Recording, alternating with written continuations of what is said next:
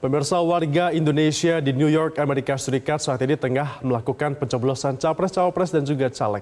Ada sekitar 43.000 warga Indonesia yang terdaftar dalam DPT Amerika Serikat. Kedua terbesar berada di wilayah New York. Dan untuk melihat situasi kemeriahan pesta demokrasi, ada jurnalis VOA Randy Wicaksana di TPS Queens, New York. Selamat pagi waktu Indonesia, Randy. Bagaimana situasi pencoblosan di sana? Selamat sore atau selamat petang waktu New York, Amerika Serikat, Genar juga Febrian dan pemirsa Metro TV. Pada situasinya, saya kasih lihat langsung ya. Jadi makin sore ternyata makin ramai. Dan di sebelah kanan saya sini, ini warga Indonesia yang lagi ngantri, menunggu giliran untuk mencoblos. Nah, dada-dada semuanya ya. Nah, kalau sebelah kiri sini, sudah saya mengantri, di sini nanti untuk diverifikasi dan kemudian mengambil surat suara. Di bilik-bilik sebelah sana, tempat mencoblosnya. Ada 5 TPS yang disediakan di kawasan Queens, New York ini, dan ada 11.000 DPT yang terdaftar. Untuk New York City sendiri ada sekitar 5.000. Dan kayak 2.500, maaf saya koreksi. Namun belum bisa diketahui apakah semuanya akan hadir. Karena per jam 3 tadi, 2 jam yang lalu, sekitar 800 yang baru hadir. Nah, kalau misalnya kita lihat dari data tahun 2019, selalu kurang dari 50% angka partisipasi, jadi cukup rendah. Nah, setelah mereka semuanya selesai mencoba sebelah sana, langsung diarahkan keluar. Saya ajak Anda untuk melihat bagaimana situasi di luar. Dan ini yang membuat pencoblosan tahun ini berbeda, Gimana juga Febrian. Jadi pencoblosan pada tahun ini tidak dilakukan di KJRI, namun di sebuah hall yang berada tepat di sini, tempat orang-orang kemudian langsung selfie dengan pemandangan Manhattan. Jadi sangat Instagramable ya, cocok dengan para voters milenial dan Gen Z yang memang selesai mencoblos kemudian langsung menunjukkan jari kelingking mereka sudah berwarna ungu untuk selfie bersama di-upload ke Instagram mereka masing-masing. Jadi ini sebuah upaya dari PPLN KJRI New York untuk kemudian membuat partisipasi lebih meningkat, karena memang setiap pemilu sebelumnya angka partisipasinya hanya di kisaran 41% saja. Tahun ini targetnya 50%. Apakah mencapai target tersebut? Nanti kita update beritanya usai rekapitulasi dilakukan mulai tanggal 14 Februari mendatang. Iya Randy, kalau targetnya meningkat nanti sampai dengan 50%, lalu sebenarnya secara garis besar, apa perbedaan ketika mencoblos di Amerika Serikat dengan mencoblos di Indonesia?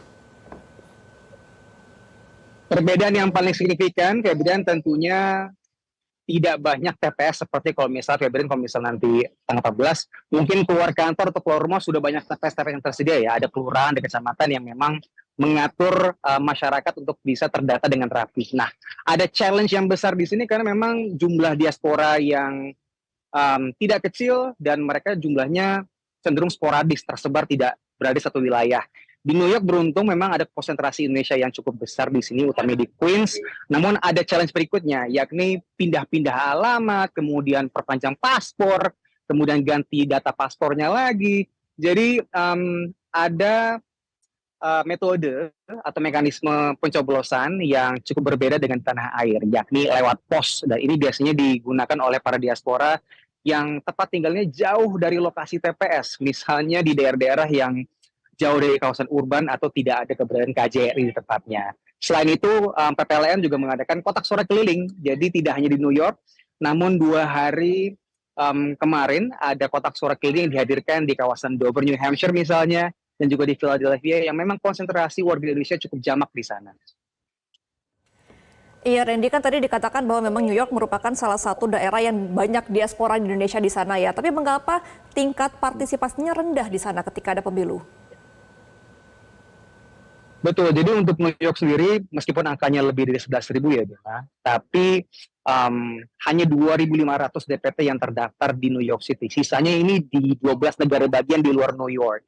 Challenge terbesarnya tadi selain surat suara pos yang belum tentu bisa dijamin sampai ke dalam kantor KJRI, ada juga faktor-faktor seperti rumah jauh atau tidak terinformasikan, atau faktor-faktor seperti ketika kotak suara keliling diadakan di Philadelphia dan juga di Dover, New Hampshire, tapi diadakan di bukan hari libur, sehingga banyak masyarakat Indonesia yang memang punya kesibukan, punya mobilisasi yang tidak hanya di rumah atau mungkin sering keluar kota, berhalangan untuk kemudian menggunakan surat suara mereka. Tadi saya konfirmasi ke PPLN, salah satu challenge atau kendala terbesarnya untuk warga Indonesia yang mencoblos di kotak suara keliling adalah karena mereka bekerja. Sementara hari pencoblosannya Selasa dan Kamis kemarin dilakukan di Dover dan juga Philadelphia.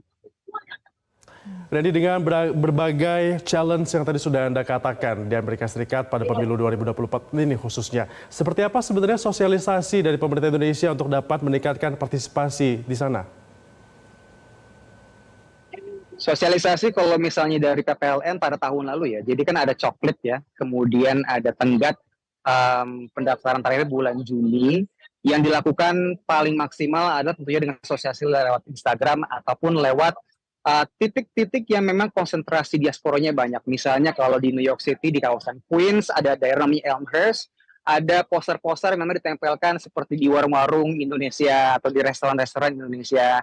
Namun tentunya ini upaya yang belum tentu bisa menjangkau secara maksimal, karena banyak faktor lain atau variabel lain yang di luar dugaan. Misalnya banyak mahasiswa yang keluar masuk New York, belum lagi orang-orang yang pindah, kemudian menikah, ganti alamat, belum lagi orang-orang yang harus perpanjang paspor. Tadi ada beberapa kasus yang saya dengar di sini, orang yang sudah terdaftar di DPT, namun ada masalah untuk kemudian diverifikasi datanya karena di tengah-tengah masa menjelang pencoblosan perpanjang paspor sehingga nomor paspor berbeda. Jadi banyak tantangan di lapangan yang kemudian juga harus dihadapi secara impromptu begitu, Febrian.